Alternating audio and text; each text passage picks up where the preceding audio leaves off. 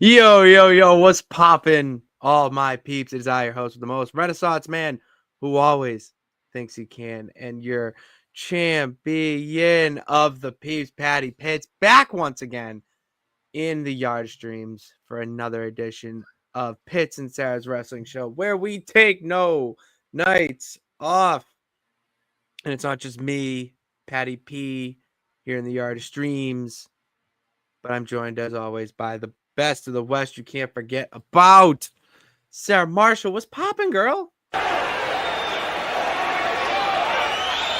Hey, yo. Hello.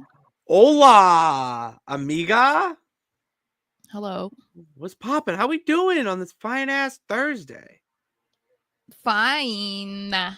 Just fine. Not I'm like excited that very it's my fine. Friday. This is your Friday. That is right. Mm-hmm. It's very. That's I have to go in for like my car to get checked. It's like a free thing in the first 30 days of getting the car. I have to do that. I'm gonna try to do that tomorrow. I'm kind of embarrassed because like I've only driven it a couple times, so it's like it only has 50 miles on it, and they're gonna be like, "Bitch, you've had this car for 4 weeks and you put 50 miles on it." Yeah, I drove 50 miles yesterday in the first destination I went to. I know. Like, I need to come up and with forth. more things to do like outside of the house. You know, that's what I need to do. Honestly, yeah, just driving and just blasting music would be good for you. Yeah, I know. I need to figure it out. You need to branch out. You need to get out there in the world. Well, it's, when you are working a job from home, like you don't need to go out. So, yeah. No, you don't, because I envy you in a way, because I am out and I am in the city for my job. And let me tell you, some of the bozos that I have to deal with, and I'm not talking about like the clients that's not like, when I talk about the bozos, that is not anything that has to do with work. It is the NPCs, the idiots that are either in their cars trying to drive through the city, or the worse off morons that are walking, the pedestrians that just walk out. They're in their own world. I hate that. Oh my God. I especially hate it in parking lots. Like I went to Costco the other day and it's packed like always. And it's like people just keep crossing because it's like, okay, well, I need to go from the exit to my car. It's like they never stop to allow cars to move. And I'm like, when do you figure that out? That maybe instead of having 150 people walk in front of this car that has not moved in 10 minutes, when do you decide that maybe it's time to let them? Like just that always drives me nuts. 2 seconds.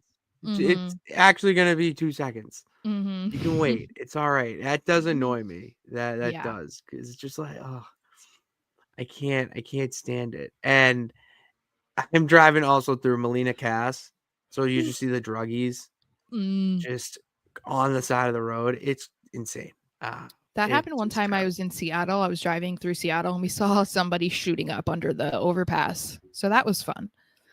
I don't know if it was, I mean, I kind of saw the aftermath of that today, of someone like, post shooting up. Yeah, it's just crazy. It was a cop, and then there was, I think, another cop or something, and then there was his buddy that was watching the whole thing happen. Like, yeah, dude, you fucked. Like, you screwed. And he's on the ground, like fetal position, plumber's crack out. Oh my God. I forgot one time I was out and I like just left this like strip mall area, and across the street was another strip mall, and there was like a huge police presence. I was like, oh my God, what happened? So I look it up and I find out there was a shooting, like this guy at a tire store, and I was like, I'm okay. The drama. Shooting at a tire store. Yes. And I was like, this world is crazy. This world is crazy. The world is fucking insane. That's why the nonsense galaxy in my brain is a lot more fun. It's a lot more fun to be around. Speaking of nonsense speaking of nonsense, what's up, Mister? Yes, Not Kit. boy. It's not Kit. It's No, it is Kit. Elton. No, that is Kit because That Elton's the was blonde. Kit. Yeah, that's Elton. Yes. And that's Kit. Yeah. He got shouted out by someone. Oh, Grayson Waller for being one of the best tag teams or being a reason that the SmackDown tag division is the best. You know what? Grayson Waller. Grayson Waller knows ball. Shout them out, boys. Shout them out. Shout out. What is up, Nathaniel? You going to God? There you go. December 6th, your birthday? Good shit. Day before Pearl Harbor. Almost your birthday. And we got Bernard, what's up, guys? David, what's up? Sophia, what's up? Mr. Anderson. Well, Mr. Anderson doesn't think we're gonna get Raw Cody until Royal Rumble.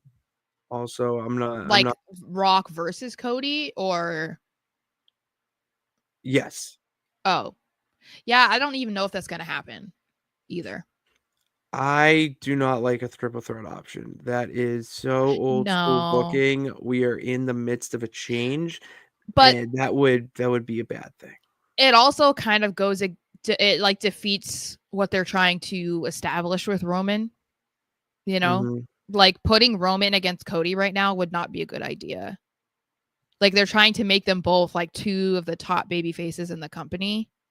Forcing the fans to choose between them is not great. We're not there yet. It's not a match that warrants, the choosing of sides. I don't know. I just am not. I don't really care the only one I don't care to see the triple threat, but I really do want to see Rock Cody because of the little antics that happened beforehand before Rock went off to shoot his one of many movies, one of his many flops at the box office. So one of the pending flops. Yeah, because I thought when you sent that it did what was it, like I forget what the revenue was, but the budget was just absurd. Yeah, it was like a $250 million budget and it made like maybe 30 million. Yeah, but you know what's crazy is that he still gets a huge payday. That's the thing about these movies. Or that's contract. Like you got to give it to the people's champ. It's incredible how much he is still able to do, because like when people have repeated bad movies, they don't usually continue to get roles, like big budget roles, but people are like, it's Dwayne Johnson. He's the star. And I'm like, there might be a reason why it keeps flopping though. Like, it's the same thing. It's like, it's the same. Yeah, shout out John Cena. That's why John Cena's the GOAT. Sorry. Just saying. Heroes. Mr. and Mr.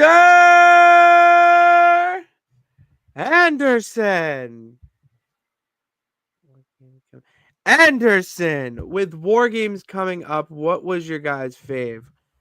Ooh. I'm not good at this because I didn't really watch it in NXT, so. I mean, yeah, it's a cop-out answer, but I was there live for it, so I do have to say the Bloodline. Yeah. Versus, like, I don't even know who they fought. It was Kevin Owens. I forget who they fought. It was just a Team Cody, basically. Because it was like Cody, it was Team Cody, Randy, Kevin, Seth. No, like the one. No, that wasn't that one. We have Sammy on the last year. No, last year was Chicago. Oh, okay. So you're talking about a different one. Okay, got it. Sorry. I'm talking about the OG Bloodline, like. Got it. Lead up to WrestleMania 39. Oh, okay. Sorry, I thought you were talking about the last year's. No, not last, because that's the crazy thing about this and how far we've come with the Bloodline story is that I was at the, when Sammy became an Uso, Oh my God. That was only 2 years ago. That photo that he posted with the Photoshop of him with young Usos and Roman Reigns and the story that went along with it. Why he is so funny. He's hysterical. I remember this night we were listening to, I forget what he said, some rap song, DMX or something. They were listening to like rap music or what he said. On the way to the club. He did say club. On the way to the club. And God, whatever. Sammy Uso is undefeated. That was incredible. Yeah, that was definitely my favorite War Games match. Like, I know Pat McAfee was in one that was pretty cool, and there was another one at NXT. I forget. I'm pretty sure like Ricochet was in it. Does that make sense? No, Undisputed Era. Excuse me, Undisputed Era. That one was really good, but the Bloodline one, like, I mean, I was there. I witnessed history. You know, it was incredible.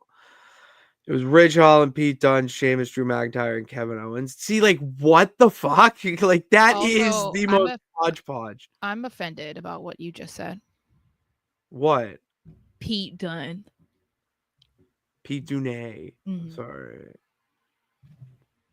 Respect. I even raised my little shoulder here that I hurt. My sprained AC joint. Did I tell you I got a new Elton? Yes, you did, because he's still in the box though. I think that's smart. Keep it in box, keep one in, keep one out. Have one. Well, here. I don't have an extra kit though. Well, then you get one, or whatever. One of the peeps in the chat will give you one. Like, this is not. You got to use. Oh, well, Butch at the time, he was Butch. And true that. He wants you to forget about that. But I still like calling him Pete Dunne. We were going to face Butch, not Pete Dunne. I will not call him Butch. Okay. I will not call him Butch. Sorry. It is Pete Dunne. Don't be a lemon. Be a rosebud. Enough of this royal rambling, Sarah. It is time for our lemons and rosebuds of the week. For anyone who is new here, lemons are our least favorite thing that we saw around the Wrestleverse this week, and our roses are what we loved, our favorites. And it does not have to be show specific, wrestler specific. It can be anything that has to do with the wonderful thing that we call professional wrestling. So, Sarah, what was your rosebud of the week? So I would say that this is a rosebud simply because I just love people being mad. But otherwise it's probably like a mix between a lemon and a rosebud. And that is a banner for that. Yeah. So I would say it is that Cody Rhodes is still a top seller of merchandise at WWE shows, live events, WWE shop, everything. Obviously, we know about his stance on Fanatics as one of the top selling athletes, not just in WWE, athletes. And Sean Ross Sapp was posting about it, that he is consistently the number one seller at shows. And so I love that. I love that for him. I don't love all his merch, unfortunately. Like, I don't think I haven't bought an American Nightmare thing. Like, I bought the We Want Cody and the one where he won the t-shirt because we were at that Mania, but I haven't bought any American Nightmare stuff. But why I enjoy this, even beyond it being Cody Rhodes that's doing this, I love that it makes specifically Bloodline fans so angry. Heated. Like, it's so funny because even SRS called them out and was like, the people who are mad about this, they never said anything, when every week it was a top Roman shirt or a top Bloodline shirt, and people were like, yes. All of the people in the comments that were mad were like, this isn't true, because when I go to WWEshop.com, Cody is like never even in the top 10. So clearly that's not real. It's like, okay, guys. Okay, well, let's go to WWE Shop right now. Yeah, I mean, but it doesn't even, but let's say this in general. It doesn't matter if he's not a top 5 or whatever on WWE Shop. They're talking about live events especially. So this means like, okay, maybe people are buying a lot of Bloodline shirts from the store online, but they're they're not in person. What?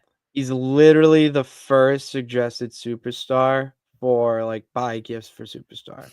Cody is Literally the everywhere. first. He's literally the first guy. I don't get you. I'm confused why they can't coexist. Like, why does it matter if he's selling more merch than Roman or Jey Uso? Because that was the only ones they care about. They don't care about Jimmy. They don't care about the bloodline as a collective. They only care about how Cody is doing better than Roman and Cody is selling more than Jey.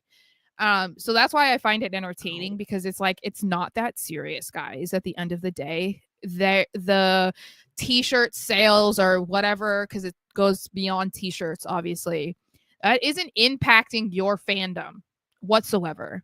Not at all. Like, you can be a fan of Cody. You can not be a fan of Cody. You can buy t-shirts for Roman and Jey, or you could buy t-shirts for Cody Rhodes. Why do you care? It's just such an odd thing to get so mad about. I don't get that. And I also don't understand the insistence that the numbers are fake. You know what I mean? Yeah, I don't get it either. Like, it is where I get really confused with wrestling fans sometimes, and why I label them the fickle pickles. Because it doesn't make sense for you to be mad that this guy, Cody's outselling Roman or the bloodline in general. Like, he's a top seller on Fanatics. Yeah. That is huge for WWE, because what that means is it's putting more eyes on WWE, which is making it more popular. Mm-hmm. And then you're going to see partnerships with things like Nike, Jordan.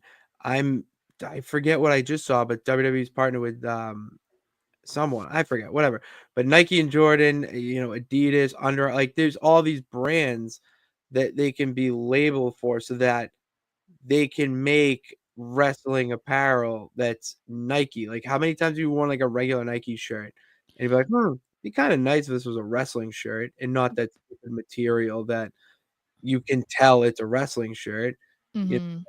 If they're doing that, they're doing their job, and it just doesn't matter at the end of the day, because all the eyes are on the product itself. I think the best part about it is the irony, because people still want to call people out and be like, you're just a Cody crybaby. Who's the one that's crying more? You guys cry way more than Cody crybabies. And I'm sorry, other than if we're looking past the obvious reason of why calling anybody a Cody crybaby in November 2024 is ridiculous. Like, outside of the very clear reason why that's so dumb. It's funny that they say that while crying about how the reported numbers of t-shirt sales are a lie. Like, what? No, nobody, like, if Cody wasn't pickles, if Cody wasn't the top seller, Cody fans would not be crying. Like, no one would care. So it's just a little bit ironic. Yeah, it is. I also do have a real lemon, by the way. All right. Okay. I just bringing that because it's absolutely okay, sir. Okay. We're talking wrestling, of course it is. You know what? Go into it, because I'm kind of thinking I'm trying to. Oh. I don't want to just use my actual, like, the real Rosebud. You know what? Yeah, no, go. Okay. So this was another update from Fightful, but and it's not necessarily because of this, but there is no timetable for CM Punk's return to WWE. There is nothing being put out there about that. So, like, because there were rumors, obviously we've even talked about it, that he was going to come back and maybe be facing Gunther at Survivor Series or at some point just in general. Obviously that's not happening, but there's also no update about Drew McIntyre. So that's my real lemon. Because hello, I've probably become one of Drew McIntyre's biggest fans the past year or two. Yeah. And so I am bummed that we don't have any sort of hint. Like, it's funny because we'll sit here and talk about how we don't want spoilers or we don't want like everything ruined. But so it's like I should be embracing this mysteriousness of like, oh, when is Drew going to show back up? But I think it's just the uncertainty of when it might be, or if it's going to be soon, if it's not, and like wanting him to be back in time to have a proper build to Mania. It's like because of that is why I'm anxious. And then of course I'm just seeing a lot more people talk about how much they appreciate him, like, you know, abstinence makes the heart grow fonder, and so people are finally recognizing like, oh wow, Drew did carry a lot of like the best stuff this year in WWE, especially on Raw. So they're like the recognition of that, and I keep seeing the tweets about it, and then it just makes me miss him more. So that just bums me out. So I'm guessing if it's not going to be by the end of the year, we're probably going to see Punk and Drew back at the Netflix debut. That would be my guess. Just because if you're going to try to make it a big deal, if you want to make their returns a big deal, if you want to make whatever they're coming back to do a big deal, and if you want to, of course, make the Netflix debut an even bigger deal, then I feel like saving their returns for that makes sense, you know? Yeah. That Netflix show needs to be more than it's a gonna be Grand wild. Slam. Like it really does. My boss wants to go, and he's like, but I don't know about ticket prices. I'm like, good effing luck, brother. Like, because it's expected to be such a big show, and they've already hinted at, like, you know, Triple H has said, oh, it's going to be bigger than you think, or there's going to be surprises. Like, he's already coming out and been saying these things.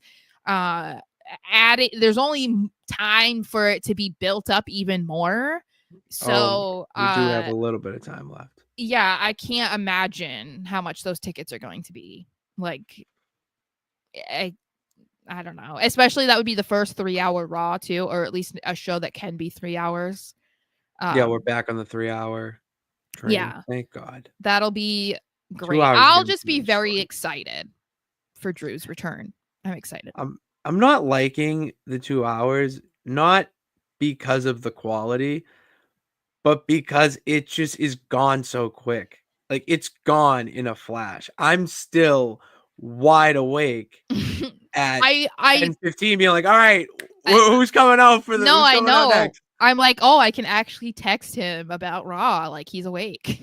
I'm awake now. Like, we were so accustomed to going through an 11 whatnot, but with the shortened, you don't have the time to fit everyone in, and it's just so different that it goes fast. It doesn't drag on. It does you don't have that lull period because everything's flowing very well, transitioning into one another. I think we made a comment like the superstars interacting, whether it's like backstage, they don't have to like look at each other, completely interact. But when you have the wrestler go, follow cameras following them, and then another one walks into frame, they immediately follow the next one. Like I like those little details, and we're actually seeing it over in AEW too. They're upgrading their shit. I wonder. Oh, so you're telling me they're trying to be like WWE? Interesting. Sarah, I think you're right. I think that sounds right. I am interested to see how they go about those types of things once they get into Netflix, because I mean, assuming they don't have as many responsibilities for commercial breaks, they won't have to worry about, okay, how are we going to end this segment, or how are we going to start this segment? It's like they don't have to take 20 commercial breaks through the 3 hours, or even more than that. So it'll be interesting to see how they kind of like navigate it, because that gives them also a lot more options to, like we've said before, do a 2.5 hour show, because it actually is like 2.5 hours with commercial or without commercials or whatever. Yeah, that's nice. What is my rosebud? My rosebud is a purse. There's two. One is the Death Riders entrance theme. I am obsessed with it. Can't stop listening to it.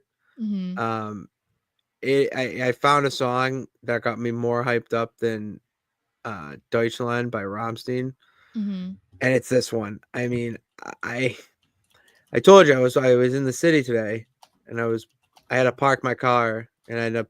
Long story short, I parked my car on the other side of where I exited the building, so I do a loop around, threw on that, and holy shit, like you get into a zone. I mean, there's some entrance themes that just make you feel like you're at the show watching them come out, like you're there. God, Mox is he's such a badass. You know who had a really good one? Why can't I think of his name right now? Hold on. I have to look it up. All right, well, while you look it up, I'll tell you my other one. I can see him. Okay, yeah, go ahead. I hate when you can see somebody and you can't put a name, but you can't. Billy Kidman. There we go. Yes, that was a banger. That was a banger. So good. I saw the video of when he debuted it, and I was like, on TikTok, I was like, oh my God, I totally forgot about that one. That one's good. Didn't really fit his vibe, but it was still good. Not at all. Yeah, no. It is the most out of pocket banger. Did not need to slap that hard. No. For Billy Kidman. Like, it's hilarious. It's so good. But my, but Rosebud that has to do with the actual product is the Hurt Syndicate. I really like how they have been presented so far on the AEW programming. Shelton Benjamin has been treated like the superstar that he is. I mean, MVP is unbelievable on the mic. I mean, he's so fantastic on the mic, listening to him. How do you feel about them doing this, though, like without Cedric Alexander? Because I feel like that's kind of... I don't mind. Because can you see how it's like kind of controversial? Like, absolutely.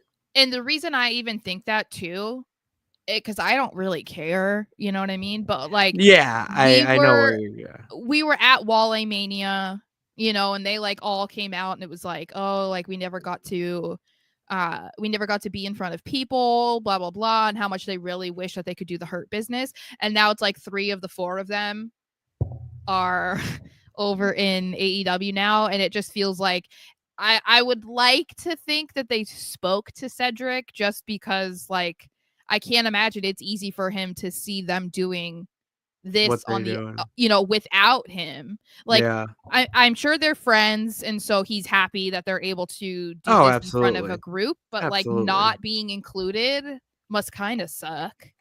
Especially because he's not like doing anything on TV right now either. He's losing Iron Survivor challenge matches on NXT weekly programming. So not too good, because his 3 amigos, 3 musketeers, are destroying Swerve Strickland over on Dynamite. And their match at Full Gear. It's Full Gear, Bobby Lashley versus Swerve Strickland. Low key, Sarah. Crazy. Full Gear is gearing up to be a very good show. I would. I'm not going to use any hyperbolic adjectives, but I do think it's going to be a very good show. So, that's my Rosebud. And then you already said your lemon, correct? Mm-hmm. I don't really have like a real lemon. Actually, yeah, I got a cup. I got one. I'll use this as my lemon. Because Britt Baker, I love her. I really do. I think there's a lot of potential there. But I think she needs to leave AEW and go to NXT. That sounds crazy, but she would thrive in the Performance Center. Imagine her in Fatal Attraction. Oh, feuding. I could see them feuding. Is it Fatal Attraction? No, Fatal Influence. Influence. Yeah, Fatal Attraction. That's going to fuck us up, because Jacy Jane.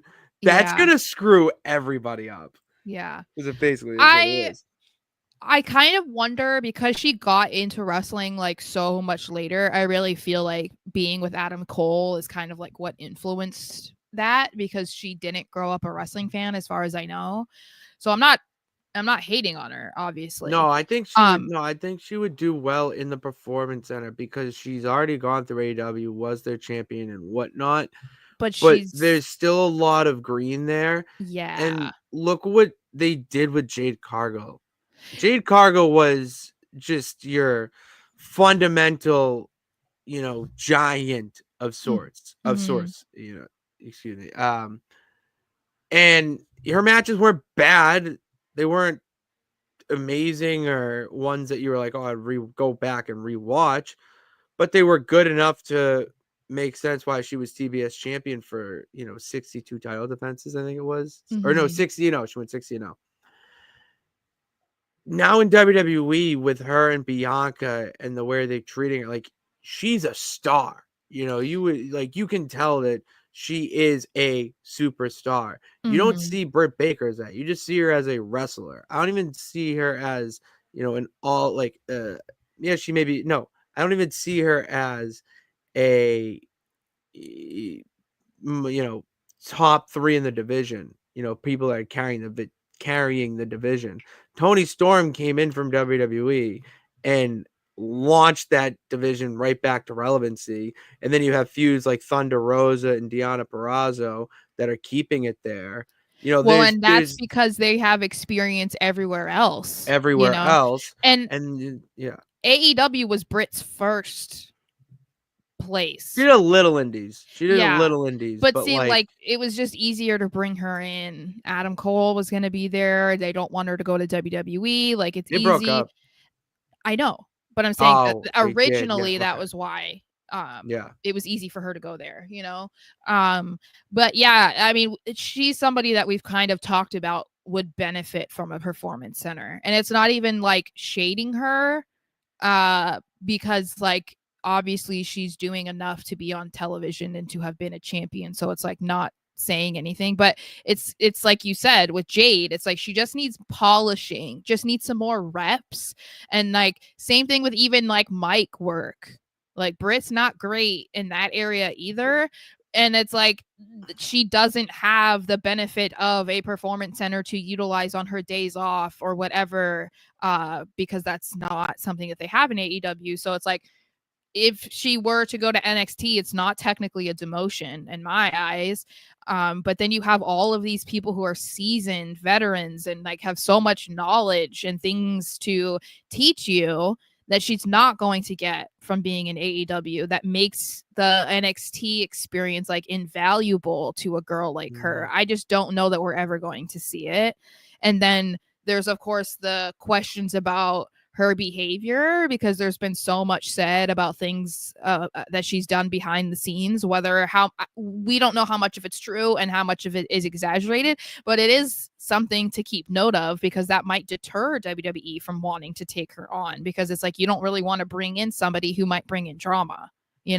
Like even if it would benefit her to be there, you also don't want to bring in like toxicity. No, I can see that. I just don't like how she said to, like, when she was going back and forth on the mic having a promo battle with Serena Deeb, she used the phrase, no one cares, where that, for what that was, you don't use that phrase. That's not that's actually burying them. And if it was said to her, how do you think she would react? Causing havoc and toxicity backstage. Exactly. That's how she would react. That's what I'm saying. Like if someone even says it to her on Twitter, it would probably set her off. And it's like, because it's like that is a triggering thing to say to somebody. You know what I mean? Like no matter what your relationship is with that person, whether you're coworkers, whether you're best friends, whether your sister, brother, whatever, like if someone's saying something or doing something and you're just like, oh my God, nobody cares. Like there's not a whole lot of ways for anyone to interpret that other than taking it very offensively. So it's like you get it, but at the same time, it's like that wasn't a promo. She was saying it to the camera. Like under her breath, kind of like as a dig at her, and it's just like, I don't know. I saw people didn't like it, but I didn't see the context of it. I just know that controversy seems to be around Britt a lot. So it just feels like she could do a little bit better in trying to avoid it rather than like fanning the flames, you know? I do, Sarah. Lenise says hello, and we are doing great. I'm doing great today. Yes. Okay. Shoulder hurts though. It's so dark out already. Oh my god. The fact that it was dark at 4:00 was awful. Yeah, it's not dark. Like it's not that dark here. Like it just got dark like since we started streaming. It was like 5:30 or something. It gets obviously it's darker here later.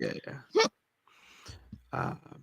And wrestling. I just realized it's almost 8:00. That means Wrestling Open is starting soon on IWTV, and we're gonna see some prospects be ID'd tonight. Zeta Steel and Becca are facing who Zeta Steel, yeah, she's being she just got signed to the WWE ID program. But Becca is facing her. What I've been saying about Becca. Dude, that one guy I sent you though was so cringe. That was pretty cringe. I was like, why are you signing him? Also, his photos are like photoshopped because they were like, oh, he's a physique competitor. I'm like, not in that video. Sarah, you can't find only diamonds in the rough. I'm just you're gonna find yeah, but when you're that cringy, it just makes me concerned, you know. I appreciate your concern. Hear your concern. There's a better way to say that. Anyways, Sarah, it's time to go around the Wrestleverse because there's shit that needs to be talked about. So let's hop in the car. And who is joining us in the car this week? Well, I feel like at this point we don't even have to say NXT because I feel like NXT is always in there. But I might just have NXT again, honestly. I think that Raw. What? You're leaving everyone out? Everyone else, yeah. Because like, well, one, I don't really watch AEW, so I can't just be like, yeah, they're here. Like, I can't. I think with Raw, it's because it's just for me, Raw's been underwhelming. And now we already know what happens next week. So it's like that's more underwhelming, you know, because it's like, why watch if I already know what happens? And we can already kind of predict what we think is going to happen on SmackDown. So it just makes it a little bit more difficult to look forward to. I think that there's a lot more exciting things going on in NXT that make it more of the watchable show right now.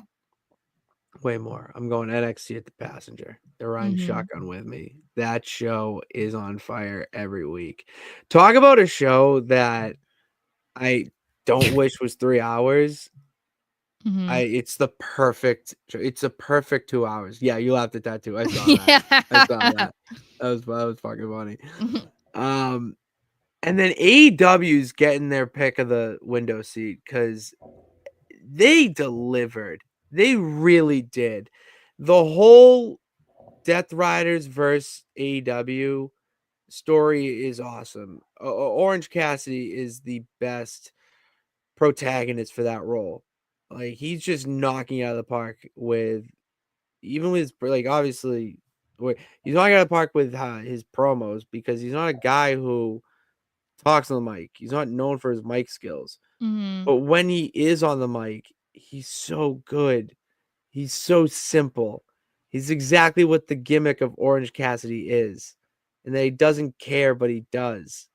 Just whatever. But you went at his best friend, and that's what's doing it. I love it. And then obviously the Hurt Syndicate I was a fan of. The match that I'm Dark Horse could be my favorite of Full Gear. Jay White versus Hangman Page. I'm obsessed with Hangman's new Dark Side Cowboy.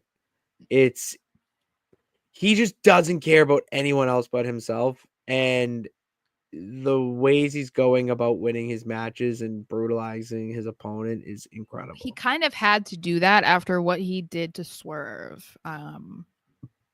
Yeah. I understand it was like the premise of the match, but it went overboard in my opinion. So it feels like, okay, then you have to kind of go with that. I loved it. No, I'm sorry. Syringing his mouth was not necessary.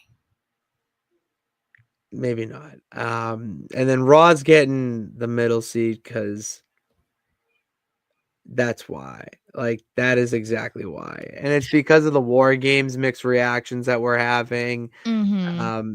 I am only...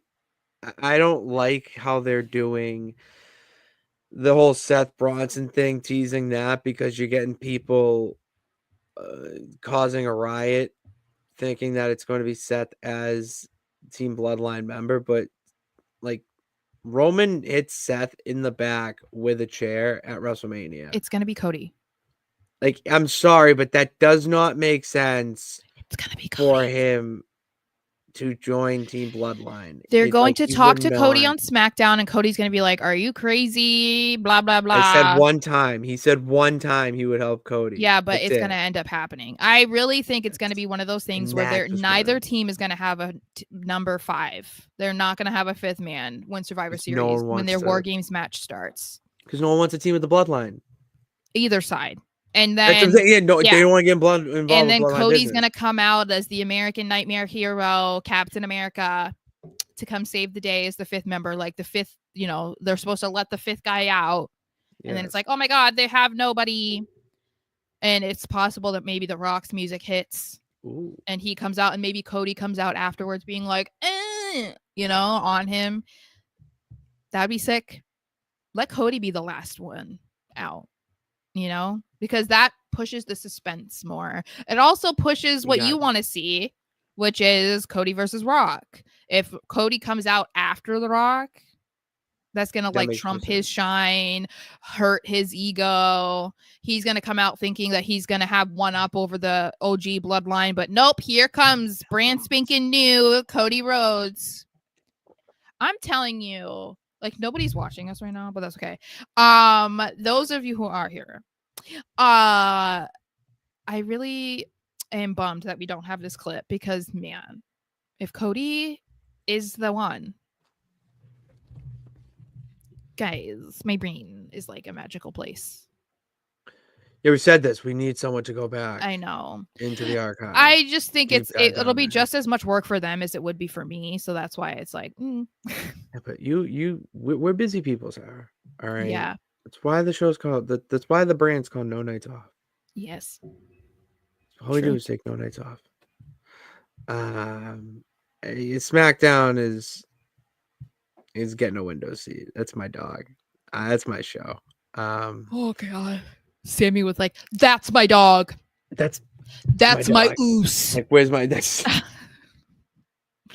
my oos. That's me. I'm gonna start calling all my friends oos. Yo, oos. You are the biggest number 2 of them all, oos. What's up, Mr. Anderson? Okay. I hate to rain on your parade. I'm just dissecting that. Anderson! It's not happening. And you know what? It's for the better.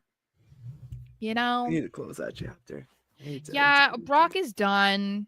He is living his best life. I'm sorry. He's killing cows and eating sending them to Cody Rhodes. Yeah.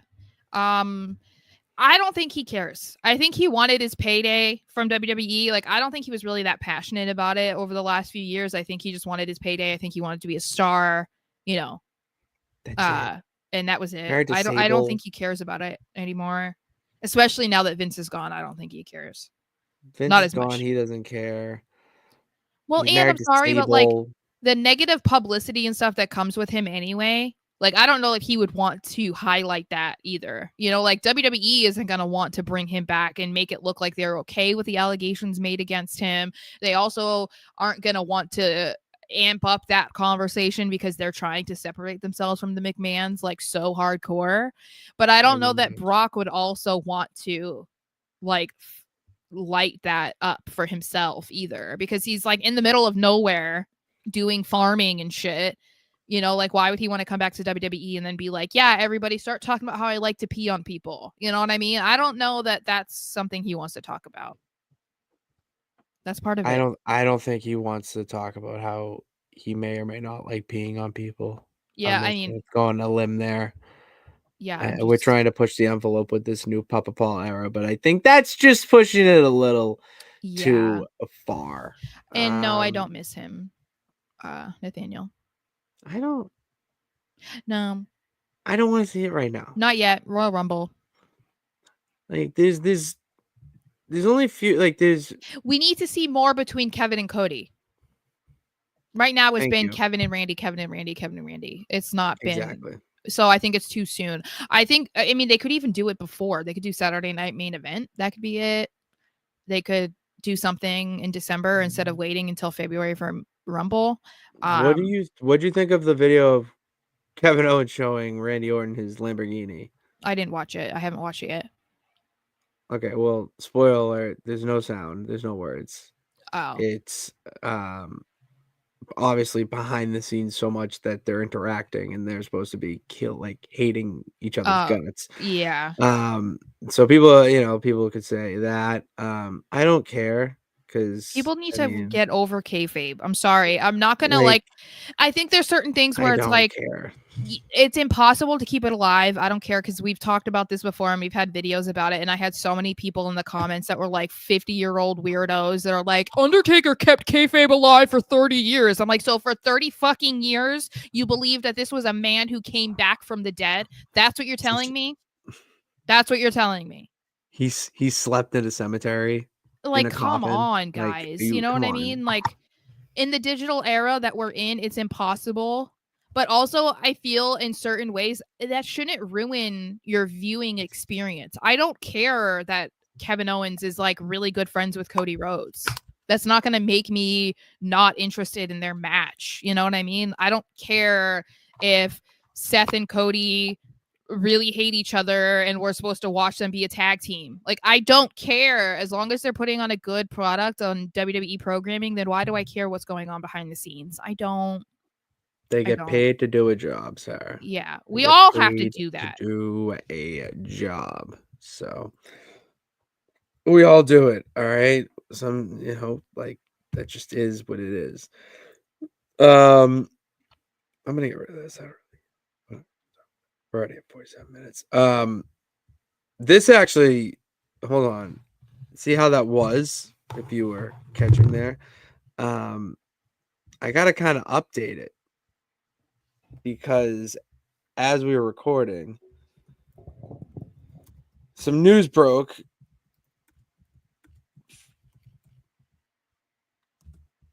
That Speedball Mike Bailey is most likely heading to AEW per Fightful. That's fine. And I don't hate this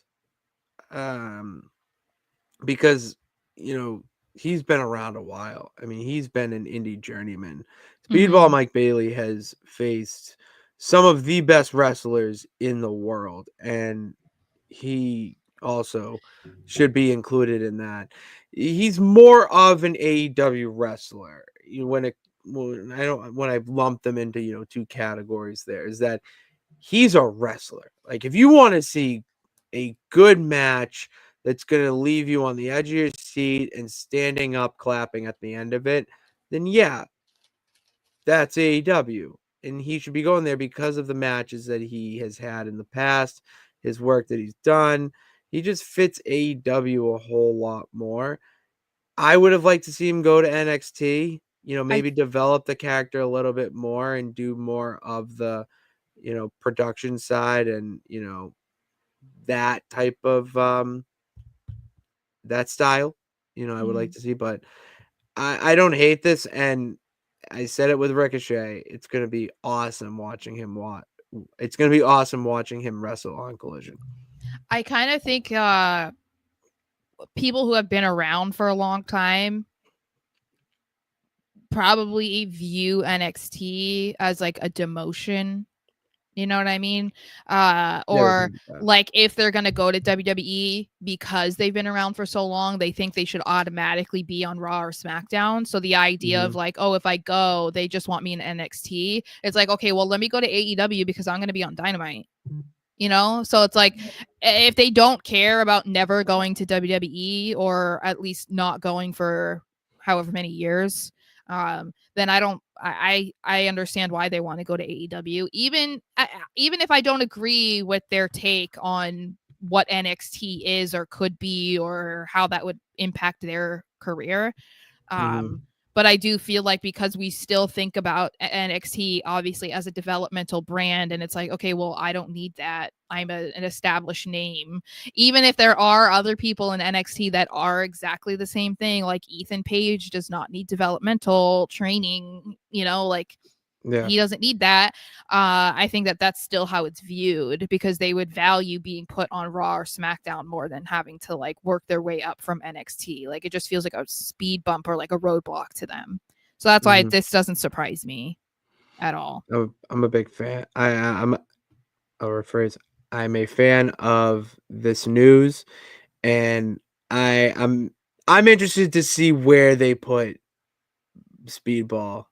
Maybe in the I want to say Intercontinental, but it's their why am I blank on that? It's not Continental Championship, but whatever. It's the one I'm blanking on the fucking name right now. I forget. Him going after that, and then someone said the C2. Dickie said he hopes that he doesn't get lost after the C2, the Continental Classic. That's the title that Okada has. I don't know why I'm blanking on the Where one is that Okada? Is he still around? Takeshita has. I don't hear about him. So the Elite and Young Bucks and Okada are taking time off for this Moxley versus the Locker Room. Got it. Okay, I was like, I stopped hearing about him like all the time. Yeah, like they're not on TV now. I mean, he's got the C2 coming up, so he'll be back for that. Like it's just a resting period. I get it. I'm okay with not seeing the Young Bucks or Okada on my screen in AEW right now. They don't need to be. So, and then Sarah, we can just make this into a topic because Dickie brought this up, and I think this would be a good thing for us to discuss. Our top 5 women's U.S. title options or candidates, I would say. And they have to be on SmackDown, remember? Yeah. Can't be Raw. I was just reminding you. Okay. Chelsea Green. That is, I'm going to make a list here. Okay. I could not agree with you more. Michin should be number 1. And Michin. Yeah, Chelsea and Michin. I honestly would not hate Candice LeRae. Especially with what they're trying to do with her right now. You know, pairing her kind of with Nia and having this like turmoil with Tiffany Stratton trying to be like Nia's number 1 girl. Like if she won the mid-card championship and Tiffany still had the briefcase, she could kind of say that she has like a leg up over Tiffany because like she's a champion too, just like Nia. So I wouldn't hate that.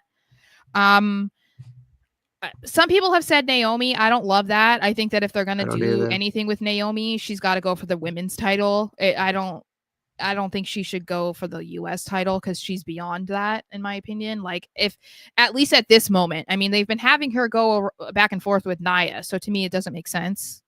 No, it doesn't make sense. And if you want to legitimize your championship, but it shouldn't come at the cost of the women's championship division.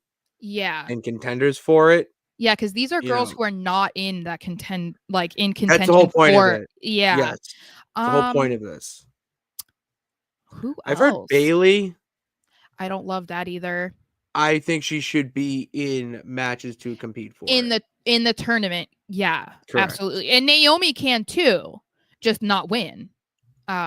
Because I think they're still kind of too involved with the women's title that it doesn't really seem like it would be a weird shift, I feel, for them to try and be like, oh, now all of a sudden they're abandoning their desire for the women's title and going for the US title. Like, I don't know, it seems kind of odd.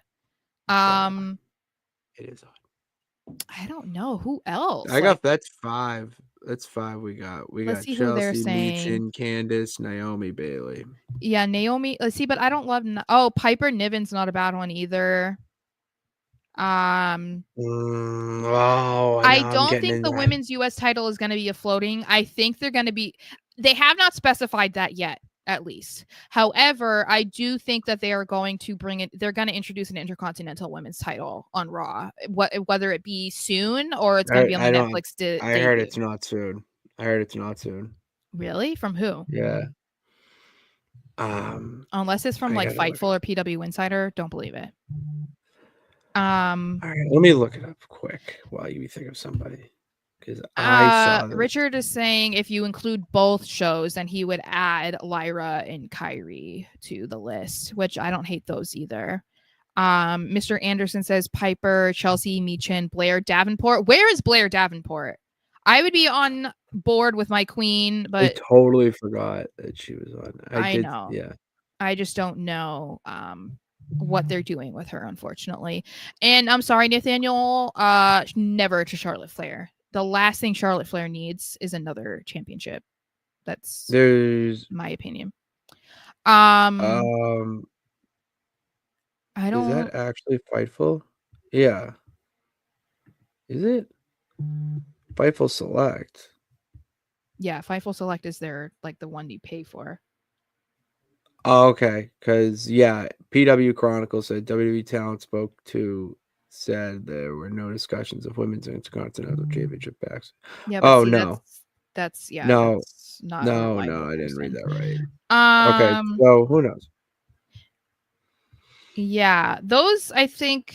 I mean, I'm trying to look at like the superstars to be like, okay, who else would I be interested in? Poor Blair Davenport. What? I mean, and I'm only sticking to SmackDown just because I assume it's not going to float, or maybe that is. I don't think it's going to float. Or maybe that's just me being wishful thinking that they're going to introduce an intercontinental title. I honestly think that that's going to come at some point, just because it only makes sense. I mean, they brought the US title to SmackDown because they have the US title, men's US title on SmackDown. So it only makes sense in my eyes that they'll bring out a women's intercontinental title at some point. Yes. Yeah. But I think those are like the main. It's really those are like the top 3 for me at this point. Because the other girls are on Raw, or they're NXT, or they're like too far out of the mid-card sphere right now that it doesn't make sense for them to be going after that. So I think that's who I'm sticking with. All right, we got rid of that. Let me see. We were just talking about WWE. So let's do this. Okay. WWE has been doing their tapings of the show. I'm gonna get the dates up here. And last week was a double taping of Raw. They were this week, and next week's show is taped, and then they're doing them for SmackDown. What do we think of this, Sarah? So it's one of those things that I have differing opinions on based from a fan perspective and a human perspective. So from a human perspective, I am so happy that Triple H is actually following through with his word about allowing talent and backstage workers and whatever to have more time off around the holidays to actually spend time with their family and friends and like not have to be on the road working and missing these times that you can't get back, right? So like I'm thankful that he's doing that, because it's been far too long that Vince didn't do that. It's like they had shows on Christmas. It's like Vince did not give an F. So I'm glad that Triple H is not continuing that. But from a fan perspective, of course I hate it, because everything gets spoiled online. whether you want to see it or not. Unfortunately, it's nearly unavoidable. And so that, I think, takes the excitement out of what's going to happen next week out of it a little bit, because even if you try to avoid it as much as possible, you're probably going to see something. Or if you are impatient, you could very easily just Google it and spoil it for yourself. So like that kind of sucks. I also think it, for us, especially like because we sit here and do Raw rewinds and SmackDown breakdowns, like it kind of takes a hit for us too, because people already are going to know what happens next week this week. So why do we need to wait to talk about next week? You know what I mean? Like how many people are going to be tuning into streamers and stuff like that. But like I said, like I would say that it's more of like a 70-30 split, more leaning towards like I'm happy as a human being that these people are getting time off, and like 30% being selfish, So yeah. At the end of the day, yeah, the double taping spoilers peeves me. It annoys me a little bit, but I don't really care, to be honest with you. I think most people just feel doesn't. that way, like we're saying. Yeah, it just doesn't matter. Like it's spoiled cool. Like we're gonna still be on this show and talking about it. It's just if you heard the spoiler or not. Like we're just gonna talk about it. So on that end, it just makes it a little harder to really in. So you have to be a little bit more creative on our end to make the why you watching the Raw rewind if it already happened and we know some shit that happened. It just didn't air yet. Yeah. Like, it's a different era. But for It's absolutely morale and stuff like that, it's like you need it. And so important that Triple H is doing this and doing it early. Like he kind of did this last year, but I think they figured out a different way. Like I think they did specials and stuff instead of just doing double tapings. But it's definitely a better way to like keep, like I said, morale up, and like also helps for people who have never been in WWE, or maybe they have before but hated the traveling schedule. This can like bring people in, because I think that in a way, knowing how intense the travel schedule is in WWE, there's going to be people who specifically don't want to go to WWE, even if it was their dream, because of the schedule. And that might be why they pick to go to a place like AEW, because it doesn't travel too much. You know what I mean? Like not anywhere near as much as WWE. So like this works for them too, to try and build rosters over the years. So it does. It's all about employee retention, Sarah. Because at the end of the day, it is a business. It is a business. It's the last time we will see John Cena competing at the Royal Rumble in 2025. February 1st will be the first big PLE that he will start his farewell tour at. And Sarah, I want to throw a hot take at you. Okay. I already know what it is. I think so. Okay, well, the peeps don't know what it is. Would you want to see John Cena win the Royal Rumble? I'm kind of torn on this, because I feel like my immediate gut answer is no. But I also think that as of right now, we don't really have any front runners to win the Royal Rumble for the men or the women. I mean, we have ideas, right? Like we assumed that whoever won, at least in my eyes and when I've talked about, is whoever wins is going to pick Gunther. That's just what I thought, because I think Cody needs to have more free reign over what he's going to do at Mania this year, which hasn't been the case, obviously, the last two, because he won the Royal Rumble. So it felt the most obvious to me is whoever wins faces Gunther. And obviously Cena winning that can happen. We can see John Cena versus Gunther at Mania, and I'm sure a lot of people want to see that. So like part of me is like there might be other options that are better than John Cena to win the Rumble, but this feels like something that would be perceived a lot differently by the fans than like a Batista coming in and winning the Rumble. You know what I mean? Like people hated that. I think that if John Cena came in and this was his known last Royal Rumble, people would be totally on board with him winning. Like, it would not be something that people would be pissed about. So it feels like if you're going to do it, then you might as well do it. You know what I mean? Like, yeah, it only makes sense to me. I don't like, you said it, there's no other front runner right now. And Mr. Anderson says no, and so does Richard. That's okay. He's working Elimination Chamber. That might throw a wrench into it. Because if he wins the Rumble, he doesn't have to compete at Elimination Chamber. I didn't know that. Well, he technically could. I mean, if they really want to make his life miserable, but that doesn't make sense because he would have a match at Mania already, and usually they're competing for a match at Mania. So you think through the Elimination Chamber? I don't think they're going to put him in the Elimination Chamber. Well, if he's scheduled to work it, he could do something. You could do a Grayson Waller effect type of thing. Yeah, but why advertise? He could compete it months in advance. He could do a singles match too. I guess, but doesn't have to.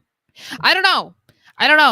I think it's hard to tell, and I think that's what's kind of nice about this year. Where, like, I think at this point last year we were all like, it's got to be Drew McIntyre. Like, Drew's got to win the Rumble, right? Like, or like once we knew that Cody was going to be coming back at the Rumble, it was like, okay, Cody's probably winning, right? Or like, no, that's not happening. He's not going to win 2 in a row. Like, we kind of already knew at this point, or at least leading up to the Rumble, well in advance. I think that it's kind of nice that right now neither the men's or the women's winner is clear. Like, we can sit here and actually debate about Cena potentially winning it. Like it's kind of nice in a way. It is really nice. I think we won't. I would like to see it, but I don't really know who else. That's the only reason I think I'm so for it. So I have a question then. So because this is going to be Cena's last year, and we know that, do you think that it would, okay, so some people want to see him win at Mania. People want to see him win the World Heavyweight title so that they can say, okay, he's won it 17 times. Or they want him to win the Intercontinental title at Mania because he's never won it before, so he could be a Grand Slam champion. I think that is like completely minor to becoming 17. Also, the fact that this Ric Flair interview is going around again, that John Cena will never beat his thing, brother, bye. But that's why you got him. That's why Cena has to do it even more, because F you, Ric Flair, you're an idiot. But anyway, woo! Do you think that they would really have him win the Rumble and then go on to win the WWE title at Mania too? Like, do you think that he would? Because the thing is do I think WWE would do that? Yeah. Do you think John Cena would be okay with that though? Because Cena wants this to be his last year, but we know how he is. He doesn't want to dull anybody's shine.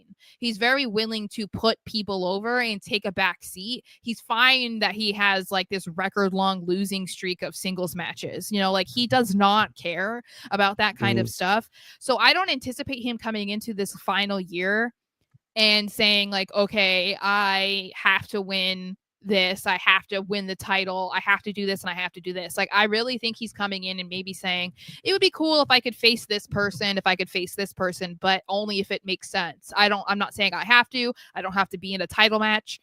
So it's hard for me to imagine he would win the Royal Rumble, get an automatic match, main event match at Mania, and win the title, like all in the span of like 2 months. Like, that's very hard for me to believe. We're putting a lot of praise on him, but I want it. Like, give it to him, because my thought process is make him champion, wins the Rumble, gets all the praise, and then he goes out putting over a talent, like the next person to become World Heavyweight Champion, if he decides to go up against Gunther, is a guy like Austin Theory. Well, yeah, and I think because he's going to be for a year. He's done in December 2025. So I really wouldn't be mad if he went out the way that like Trish Stratus did. If like his final night is when he wins the World Heavyweight title and he relinquishes it on Raw, because he's like, all right, I'm done. I said 2020. You know what I mean? Because then that would be like, okay, I broke it. I got the 17. No one's going to give an F that he didn't actually have like a reign and defended that title. You know what I mean? It's wrestling. No one cares. No one would care. And I think that he would almost prefer that because he wants to put talent over. But if he has to be champion for months, that's not allowing him to put people over. You know what I mean? Not in the way, like, not in the same way as the impact that winning would have on them. Just facing John Cena in a world heavyweight title match, that doesn't put someone over as much as beating him for the world heavyweight title. You know what I mean? So I think like whoever is world heavyweight champion, like this point next year, I don't anticipating it to be Gunther. It could just be like a middle random person just so that Cena can win it from them. Yeah. I feel like that would be kind of cool because that is something that I still remember from Trish. Like, even though she's come back since then, it's such an iconic moment that she won the women's title and then relinquished it the next day because it's like, I'm retiring. This is the way she goes out. That feels like a cool way for them to also, like you said, bring in the next like generation. Okay, like 2025, here we go. Like now all of these people are going to be competing for the world heavyweight title. Like, that seems pretty cool to me. Seems very cool. That's I do like that idea. Now that I think about it, but I still think I'm gonna win the Rumble. I don't know. We got a lot of time. Sarah, before we even get to the Royal Rumble. All right. I need to bring this up because I'm so sick and tired of hearing her say how AEW is the place for women's wrestling. It's the best. It's the bee's knees. I don't care. You're wrong. You know why she's saying it though, right? No shit. It's called Monet. Yeah, it's because she's there. She thinks they're the best Tomato because potato. she's there. Yeah. Yeah, that's what she said. So this comes from Sportskeeda. I wanted to have more for women's wrestling, so I knew going to AEW was the place to make that happen. I feel like the women's division has really changed the game. The women's division has been the best it's ever been. The women's storylines are headlining AEW pay-per-views. So it's just been amazing to come this far, and I'm really excited for more. I disagree with a little bit of what she's saying. Yeah, they're headlining AEW pay-per-views. That was one feud that it would have been headline of a WWE one. You know what I mean? It just was that good. So there is that unicorn there. But other than that, you're not on the level of WWE, and you're not even on the level of NXT, where they had 10 women main event the old ECW arena and put on an absolute banger match. And those 10 women are more of the future of women's wrestling at the moment, in the grand scheme of things. So to me, when you're saying that, it is very selfish. It's a clear quote that says that you took the money. It's a clear ego boost because I think she really only thinks they're the best because she's there. You know, like, because she doesn't ever really talk about the other women. She always talks about how she wanted to go there because she wanted to help them be a better division. So are you saying that they were a shitty division before you? Like, that's kind of messed up to say too. You know, like, why would you say that about your coworkers? Wouldn't you want to go and be a part of a division that was already good and you wanted to help, like, shine a light on that? That would be a better way, I think, to present her argument. But it's also, like you said, it's kind of difficult to take it seriously when you're looking at NXT, who just got like Delta, Julia, Stephanie Vacour. Like, I don't know. And then you've got girls on the main roster, like Tiffany Stratton, who's going to be a big star. Cargill, Bianca Belair. Yeah, they still have Becky Lynch at some point, Charlotte Flair, Bayley. Like, they still have all of these big names. Heavy. And it's like, the girls on NXT haven't even experienced a smidge of what they're going to be in WWE yet. So to act like they're nothing yet is kind of like, wow. I give you credit, girl, for like hyping up your company and hyping up yourself and really whatever, good. But like reality. Welcome. Reality, girl. Get back into reality. All right, I need to talk about this because I had my TikTok about it yesterday. about how the best thing in wrestling right now are the Death Riders. Jon Moxley's Combat Club. It's Jon Moxley, Marina Shafir, Cesaro, Wheeler Yuta. Excuse me, and who? Pac. Wheeler Yuta? No. Claudio, not Cesaro. How dare you? Oh my god, I just went full WWE brain there. Claudio Castagnoli. The love of my life. That man is a superhero. That is the closest thing we are ever going to see to a superhero. I mean, it's just a genetic freak, obsessed. But yeah, let me go to the message here because I need to go on a rant. All right, this is just gonna. I need to get this off and get on my soapbox because I'm obsessed with everything that. Oh, that should have been my lemon. I am obsessed with everything that the Death Riders are doing. This whole takeover of AEW, it's absolutely incredible. It's just bringing a realness to it. Like I think we mentioned before that they're giving off very much NWO vibes, but instead of being the cool guys you want to be, they're the ass kickers. Because when the NWO first started, it was just the outsiders. Nash and Hall were just beating people up for no apparent reason. Essentially, they're just taking down everybody. It's the NWO but take out Hogan type of thing, and they have this just dictator of a leader in oh man, I almost said that Jon Moxley. Oh my, yeah, that would have been bad. Jon Moxley. It's just it's so well done. And let me get to the first thing I wanted because I sent you tweets here about what he said. And he's commented on, well, no, that's not relevant to what I'm going to talk about. He's had it's so good that Tony Khan gave him free range for this. This is all Jon Moxley that coming up with this and the interactions, the spot, everything. And he said to WOR, Tony's letting him do what he wants. Tony is letting him do whatever he wants. Tony's approved everything, but he's pretty much in charge of turning the place around with this gimmick. And he is, because that's what has been an issue with AEW. Feels like it's just been this just right here. It has been moving for there's no excitement anymore. This gives it that excitement. The tweet was from Copeland TV, by the way. It gives it that excitement that it's just been missing for a while. And he even said, let me see. Yeah, because it was like a different vibe backstage. That it just felt like that was like that fire feel that you had was gone. And did you hear what he said about I'll just read the quote.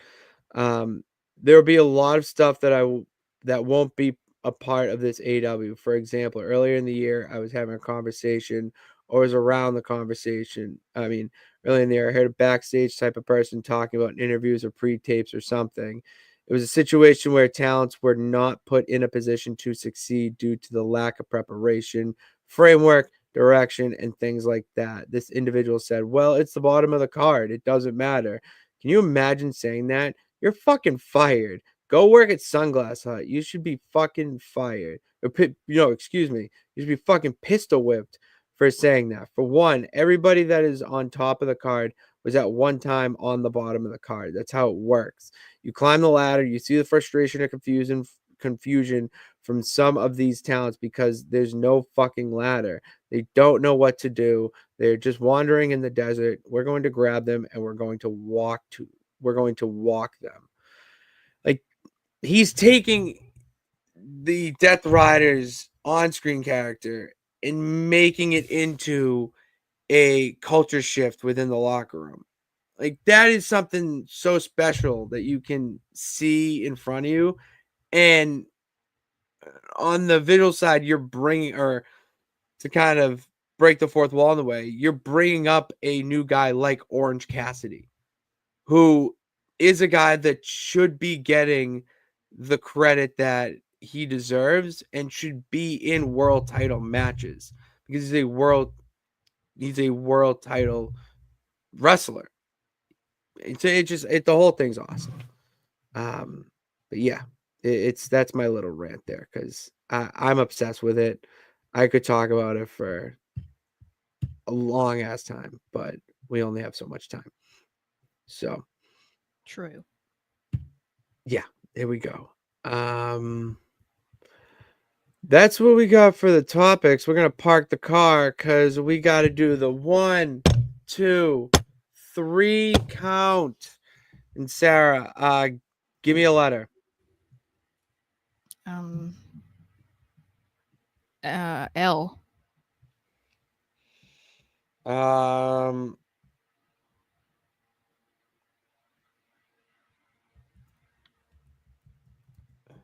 No. Damn it. I'm trying to think of 20 questions to do. Let me think of one. Of a manager again? No, we're not doing managers again. I'm trying to think of a new topic. Let's go Raw. Let's go. I got one. How about like Divas era? Divas.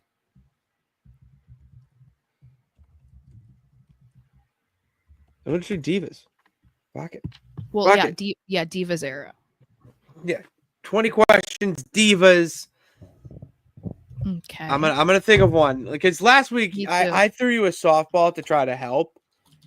But no, I'm going down. I'm trying to stump you. Okay. I'm trying to think of. I want to think of a good one to get you.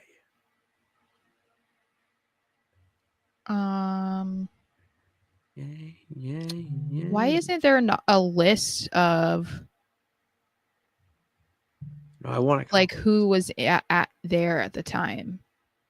Oh, that's a good one. Actually. Okay. You got yours? I think so, yeah. Okay. So, okay, the easy one of male or female is gone. Blonde or brunette?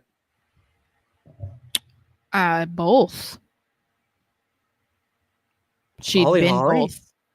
No. Oh, I thought I had it. She's been both. Is it? It's not Trish. No. Okay, good. All right, because she has been both. Okay, did they wrestle between 2003 and 2008? No. Oh. That's not the Divas era. Oh. Okay. I'm talking about Divas Championship era. Is it Caitlyn? Yes. What the fuck? I thought I got a good one. Fuck yeah. Nailed it. You know what clue got me? She's been both. Blonde and brunette. Oh yeah. Oh my god, she got married and divorced that guy too. She's jacked. I know. Have you seen her recently? Well, yeah. Oh, she got divorced from that guy? Apparently she's divorced 2 guys already. Wow. Wow, I didn't know. She got divorced this year. I did not know that. Celeste Bontin is her name? Celeste Bonin, something. Okay. I'm probably not going to get yours because apparently I picked an easy one. I have to rethink because you're right. That's not Divas era. Oh, I got mine. Okay, blonde or brunette? Brunette. I feel like I might just start spitting out names. That's fine. Eve Torres. 19. Eve Torres. No. Melina.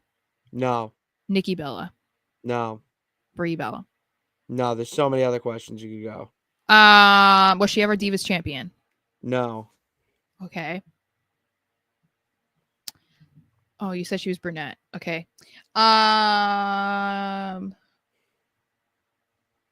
Okay. She was never Divas champion. This is a Divas era, so. I know. This is a really good one.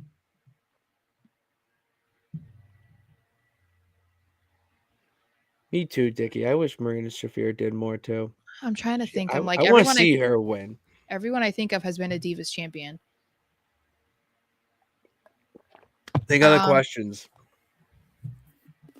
That could help you. Is she a legend? No. No. Was she around for a long time? No.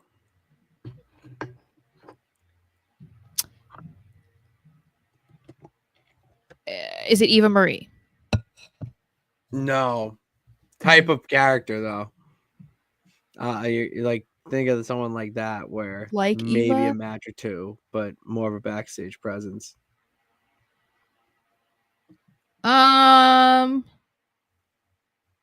What? Someone like Eva. Like that bad in the ring is what I'm saying. Like they were not a wrestler, but they were a diva.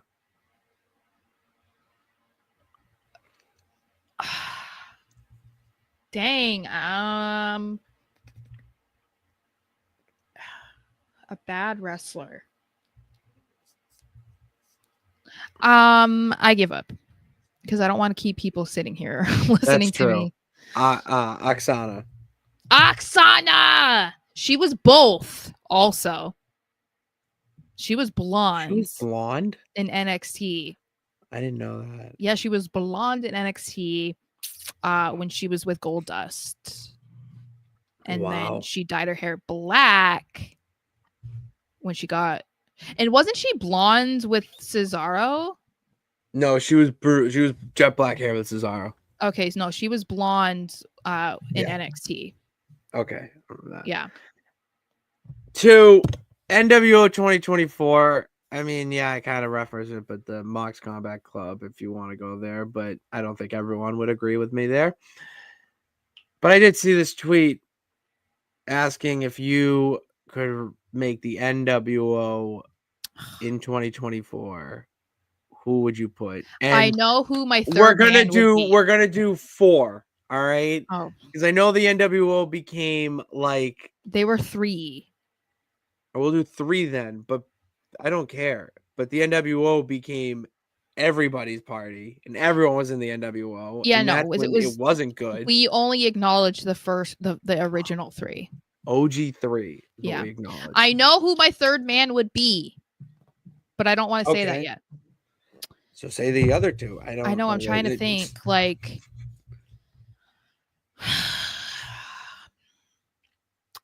some good. Like, there's some interesting people you could do. I know.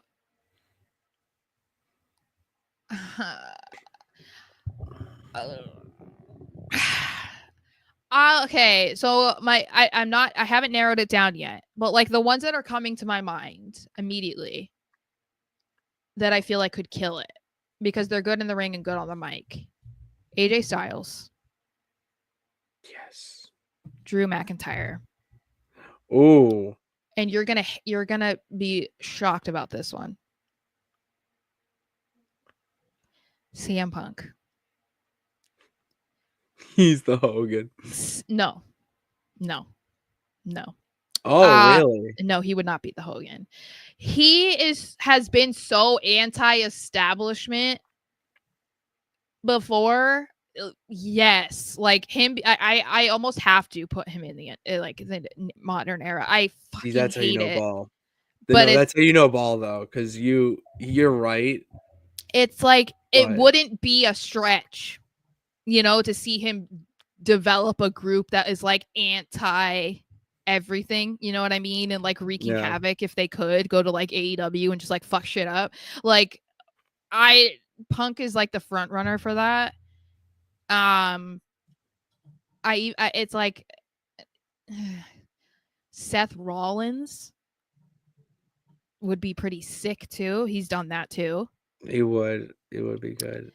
But the one that would be my Hogan, that would be the biggest shock, because you have to think, if you're thinking about Hogan, it has to be completely shocking, like the most over babyface, whatever.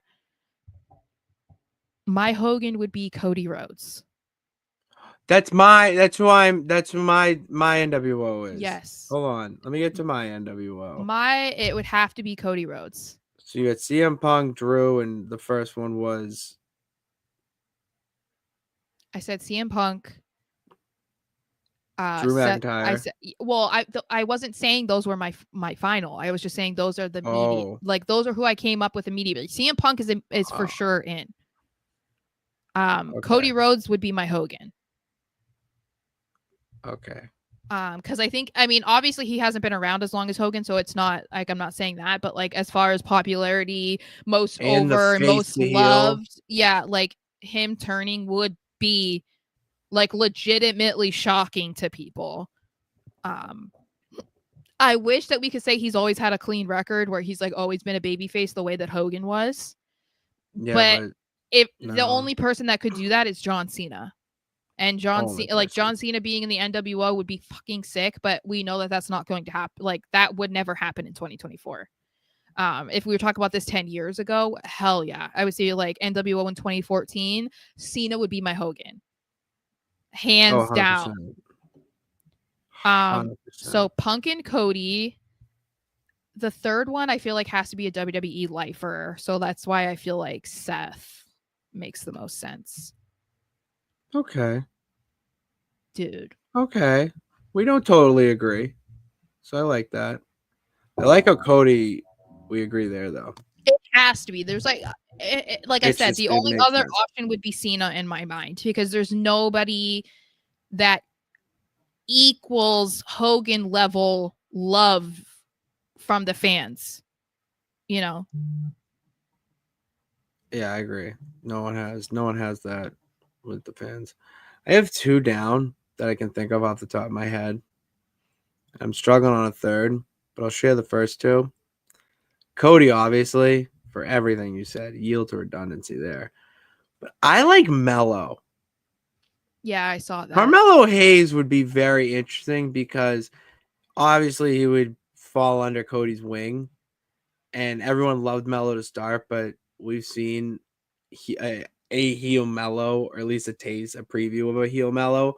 Imagine full-on anti-establishment, cocky, arrogant asshole. Oh, I need that. And he's incredible. Him and Cody would be fire. And then I'm trying to think of like, all right. I don't know why he pops into mind, but like Obafemi would be fucking. I'm not gonna lock in Obafemi, but I'm trying to like think of the dynamic. And Oba would be. Yeah, I think you're thinking from like a size perspective. I'm thinking of there's a lot of different things that are flying at me. I can't think, like I'm looking for that, like you got, because I would, because you need the big guy. You need the big guy, the enforcer. And not really. That's what Nash was. Not really. Nash was the enforcer. Not really. They were all like they were all big dudes. They were all like 6'5" and over. Like I don't think that people were more scared of Nash than like Hall or Hogan. I mean, if that's how you view it, then that's like more power to you, obviously.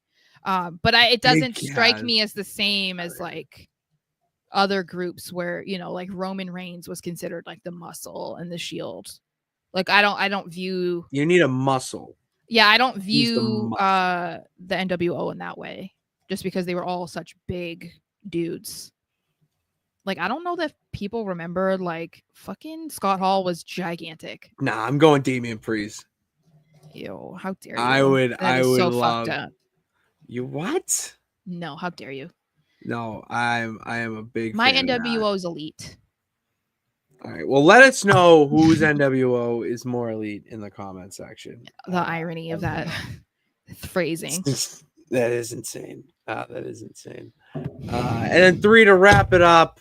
Obviously, it's the Bad Gal Celebrity Edition, because Sara, I don't know if you knew this, but in the Nonsense Galaxy for the NWF, you are one hell of a celebrity.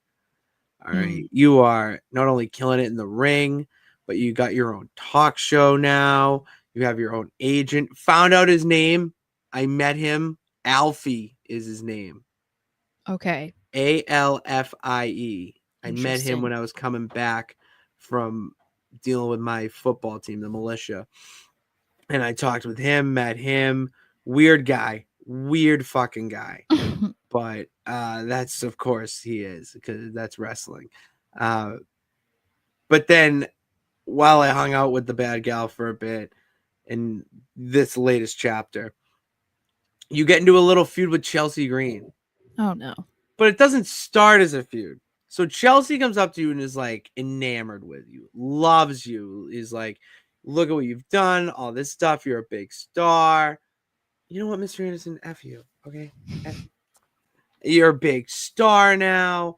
All these movies. You know, I'd love to be your assistant. And it's like, all right, maybe. But then she's like, no, I'll do this.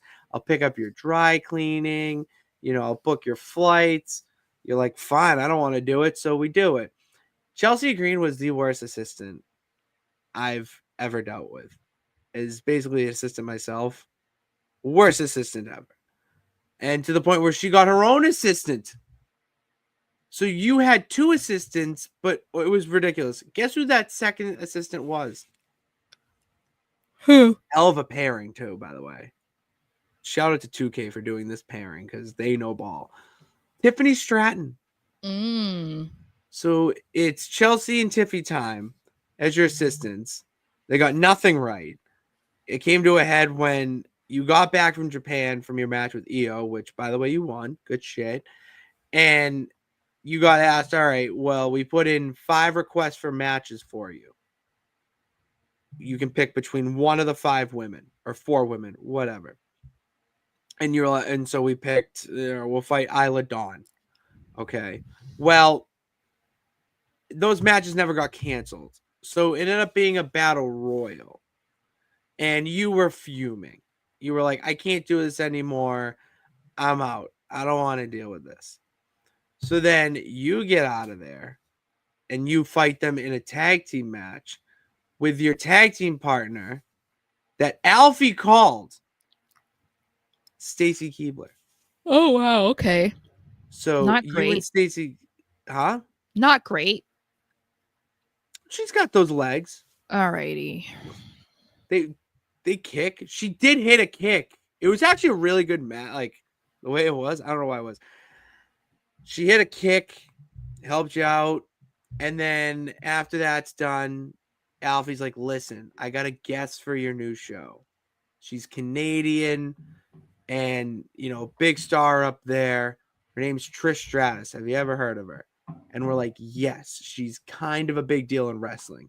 Alfie doesn't know wrestling. He's Hollywood. You have to, he doesn't know that. He's like, oh, she's all over the TV, all over TV in Canada. It's like, yeah, it's Trish Stratus.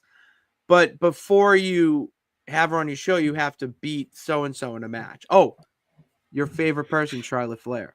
Oh, gosh. So to get Trish Stratus on your show, you have to beat Charlotte Flair in a match. And actually, that is where we left off.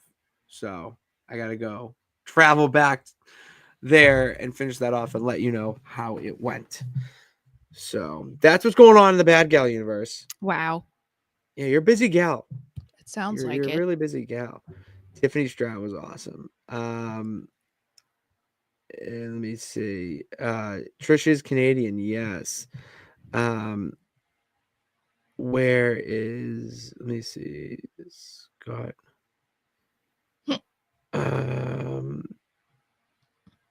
Okay, I'm just looking at all the comments before. No, let's not make, that's David. No, that's what we're gonna end it there. All right, Becky is not going to AW. That's all we got for you guys. Thank you for tuning in to this edition of No Nights Off. We'll be back on Saturday for the SmackDown breakdown and talking about what goes on with the bloodline. I can't wait. It will be very exciting. And in the meantime, hit that subscribe button and bell notification to know every time we go live and post a video, and follow us in all the links in the descriptions below. See what my finger's doing? Yeah, do that. So that's all we got. Thank you guys for tuning in. God bless. Remember that you can do it. All you gotta do is try. We'll see you on Saturday. Peace out. Yes.